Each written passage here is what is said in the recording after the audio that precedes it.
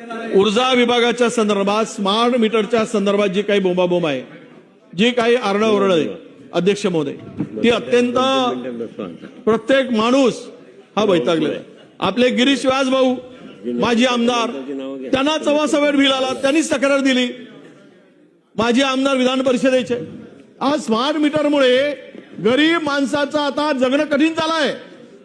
एकीकडे लाडक्या बहिणीला 1,500 रुपये देतो, पण इलेक्ट्रिक बिल एका घरामध्ये 5-5 हजारांनी वाढवून दिलाय।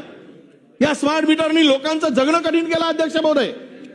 या लोकांनी खूप तक्रारी केल्या, एक तर मीटरमध्ये फॉल्ट आहे म्हणून सांगतात, आणि धक्क्याने मुख्यमंत्री महोदयांनी सांगितलं, बिना आम्ही कोणालाही सक्ती करणार नाही, पण सर्व अधिकारी ऊर्जा विभागाचे, विद्युत विभागाचे जाऊन जबरदस्तीनं मीटर लावण्याचं काम चालू झालं आहे।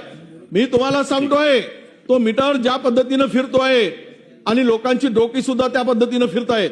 हे जे चाललंय बिल, आम्हाला 28-30 हजाराचं बिल येत होतं। काल परवा मी घरी गेलो, 1.5 लाखाचं बिल आला स्मार्ट मीटर लावल्यानंतर। हे सगळ्याकडेची बोंबाबोंब आहे। सत्ताधारी आहेत म्हणून त्यांच्याकडे नाही असं नाही आहे विषय। म्हणून आपल्याला या स्मार्ट मीटरच्या संदर्भात सरकारची भूमिका, त्यांनी 3 हजाराचा तो मीटर 22,000 रुपये खर्च करतो आम्ही, बनतो 3 हजारात, आणि 22,000 रुपयाच्या अदानीच्या घशात घालण्याचं काम चालू झालंय अध्यक्ष महोदय।